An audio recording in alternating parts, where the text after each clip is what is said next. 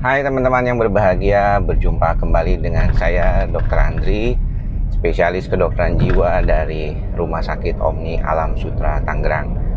Kalau di kesempatan kali ini sambil jalan ke praktek, saya ingin sharing sedikit apa yang saya janjikan berkaitan dengan yang disebut dengan pengobatan untuk masalah gangguan cemas dengan antidepresan ya. Karena banyak banget nih teman-teman yang suka mengatakan bahwa mereka mendapatkan obat sampai bertahun-tahun. Kemudian juga ada yang mengatakan kalau mereka itu nggak cocok sama obatnya ya, merasa kayaknya obat itu tidak membantu. Kemudian ada juga yang bilang, kapan nih saya berhenti nih pengobatan gitu ya. Nah sebenarnya kalau kita bicara tentang pengobatan, memang pada dasarnya banyak di antara pasien-pasien yang mengalami gangguan cemas itu tidak mendapatkan pengobatan yang sama ya. Jadi itu memang suatu keadaan yang tidak bisa dipungkiri gitu ya.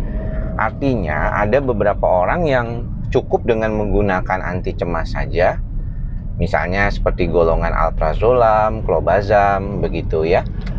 Tapi ada juga yang harus menggunakan antidepresan. Dan ini yang membuat masing-masing perbedaan ini tuh kita tidak bisa pungkiri memang ada gitu ya. Jadi kalau saya lihat nggak semuanya orang itu akan mendapatkan pengobatan yang sama. Maka daripada itu nggak bisa tuh saya menjawab pertanyaan yang berkaitan dengan obat gitu ya. Teman-teman harus datang dulu ke dokternya, diperiksa dengan baik gitu ya. Kalau enggak, nantinya makin tambah bermasalah gitu ya. Kalau enggak tahu dasarnya kenapa dikasih obat itu gitu ya. Terus ditanya ke dokter lain, ya dokter lain bilang, wah harusnya Anda dikasih obat ini nih. Nah padahal Anda sebenarnya tuh nggak cocok. Kayak misalnya teman-teman kan pernah dengar saya bicara tentang sertralin. Kemudian teman-teman bilang, kok obat saya bukan ya dok ya, saya dikasihnya antipsikotik seperti risperidon, stelazin gitu ya. Apa jangan-jangan dokter saya salah gitu ya? Ya, saya nggak bisa menjawab karena memang teman-teman itu kan berobat bukan ke saya, dan satu lagi teman-teman mungkin penyakitnya beda gitu, gejala dan kondisinya beda walaupun kelihatannya mirip-mirip gitu. Makanya kan kenapa orang bilang kebanyakan baru datang ke psikiater itu kalau sudah parah banget gitu ya. Kalau di sana di sini nggak ketemu gitu ya. Nah ini yang jadi rata-rata problematiknya kita gitu ya di dalam praktek kehidupan sehari-hari. Nah berkaitan dengan ada satu pertanyaan kemarin ya, saya lihat di salah satu komentar video saya berkaitan dengan obat gitu. Dia bilang, kok saya kalau makan fluoxetine sama sertralin tuh nggak pernah bisa cocok ya dok ya. Padahal kata dokter kan harusnya minumnya sertralin antidepresan gitu ya. Kenapa bisa demikian? Nah saya kasih tahu nih, ternyata memang keadaan yang berkaitan dengan penggunaan antidepresan itu yang golongan serotonin banyak menimbulkan efek samping pada penggunaan awal. Dan pasien biasanya tidak mau tuh kalau misalnya efek sampingnya terlalu besar. Jadi dia lebih baik nggak minum dan nggak makan obat kalau dia bilang, daripada dia minum dan makan obat tapi nggak enak. Tapi apakah dokter itu terus kemudian berhenti aja gitu, nggak usah makan obat deh sekalian kalau begitu? Nggak juga sih. Biasanya kita berikan obat alternatif lain yang bisa membantu. Ada beberapa pasien memang yang kalau diperhatikan tuh nggak langsung bisa enak dengan satu obat ya. Jadi dia perlu berkali-kali dulu ganti obat sampai mungkin orang itu merasa kayaknya aduh bosen dah ini, jangan-jangan obatmu, jangan-jangan obat lagi gitu ya. Saya kepengen kalau bisa nggak pakai obat dok.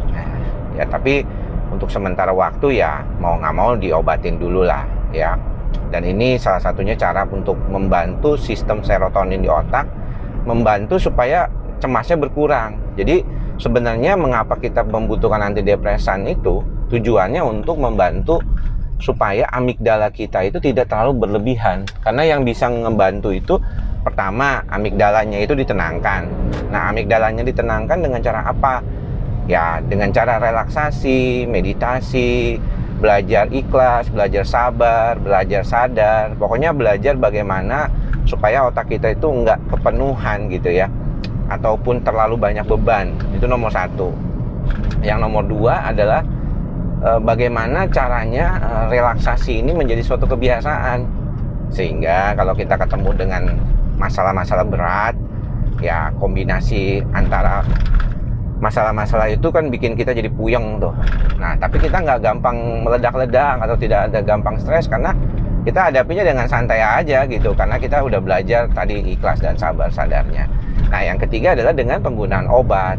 Ya, penggunaan obat ada dua, yang jenis antidepresan, serotonin yang membuat supaya lebih stabil dan kemampuan dia untuk mengatasi dasar gejalanya itu jadi lebih baik. Yang ketiga itu kemudian terbagi lagi, yang tadi sudah menggunakan serotonin dan satu lagi dengan menggunakan golongan benzodiazepin. Ya, benzodiazepin ini memang banyak digunakan masih, yaitu golongan seperti obat penenang, kayak teman-teman udah tahu lah ya, alprazolam, benzo itu ya, kemudian juga clobazam itu juga benzo gitu ya, clonazepam juga benzo gitu ya. Nah, itu cepat efeknya memang, dan kalau nyaman buat pasien akan lebih berasa cepat nyamannya ya, dibandingkan antidepresan serotonin yang punya efek samping gak enak, kadang-kadang harus pakai waktu lama dulu, lebih dari 2 minggu baru berasa nyaman gitu ya, dan kadang-kadang pasiennya udah nggak tahan gitu. Nah, untuk itulah perlu kesadaran dalam pengobatan ya, bukan cuma dalam latihan tapi juga kesadaran bahwa kondisi ini adalah sesuatu yang perlu diatasi, bukan sekedar yang tidak apa ya, kalau kita bilang tuh nggak tahu jelas lah gitu ya kemana arahnya, tapi ini adalah sesuatu yang jelas yang bisa membantu kita mengolah pikiran dan perasaan kita menjadi lebih baik lagi. Oke, teman-teman, demikian yang bisa saya sampaikan pada kesempatan kali ini. Mudah-mudahan bisa menjawab pertanyaannya. Kalau ada yang mau ditanyakan lagi, nanti saya akan coba cari pada beberapa komentar yang mungkin perlu saya jawab ya. Ada beberapa yang memang sebenarnya bisa dicari jawabannya di video-video yang lain ya, karena hampir semua video saya itu sudah membahas tentang masalah psikosomatik cemas. Mudah-mudahan teman-teman selalu dalam keadaan yang baik, sehat, luar biasa semuanya, dilindungi oleh Tuhan Yang Maha Esa, dan jangan lupa untuk selalu mencoba ya, memberikan waktu untuk belajar ikhlas, sabar, dan sadar di dalam berbagai jenis kehidupan, tentunya dari rumah, kantor, sekolah, ya, bahkan kalau lagi dengerin YouTube juga yang sadar, yaitu tahu nih bahwa yang kita tonton ini apa, jangan kita tonton sembarangan. Jadi supaya kita benar-benar ngerti apa yang masuk ke dalam otak kita. Oke? Sampai bertemu lagi di lain kesempatan. Semoga semua makhluk berbahagia. Salam ikhlas, sabar, dan sadar. Salam sehat jiwa. Bye-bye semua.